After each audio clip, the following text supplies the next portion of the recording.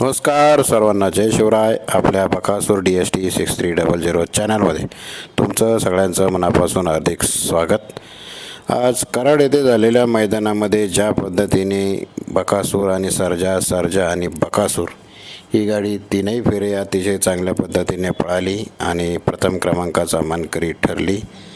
खास करून सेमीफायनलमध्ये निकालाचा बादशाह असं देवाला कायमच म्हटलं जातं आणि त्या पद्धतीचा स्पीड पाहायला मिळाला आणि निकाल रेषेवरती ज्या पद्धतीत त्याने गाडी खेचली त्या पद्धतीत पुन्हा एकदा डोळ्याचं पारणं पेटलं आणि फायनलमध्ये तर गाडी निर्विवादपणे वन साईड प्रथम क्रमांकाची मानकरी ठरली.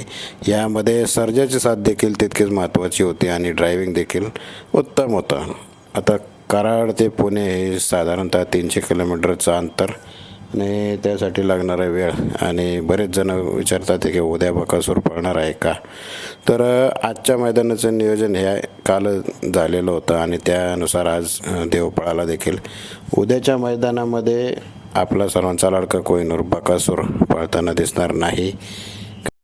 नवीन पायऱ्यात प्रथम क्रमांक पटकावणे ही देवाची कायम खासियत आहेच आणि आजही ते त्यांनी पुन्हा एकदा करून दाखवलं. जेव्हा जेव्हा तो प्रथम क्रमांक करत असतो तेव्हा टीकाकारही नसतात किंवा त्यांच्या टीका करणाऱ्या कमेंट देखील नसतात आणि टीकेला कायम परफॉर्मन्स हे त्याचं हमखास उत्तर असतं. ज्या दिवशी मिळेल साथ त्या दिवशी त्याचा हमखास नवीन इतिहास.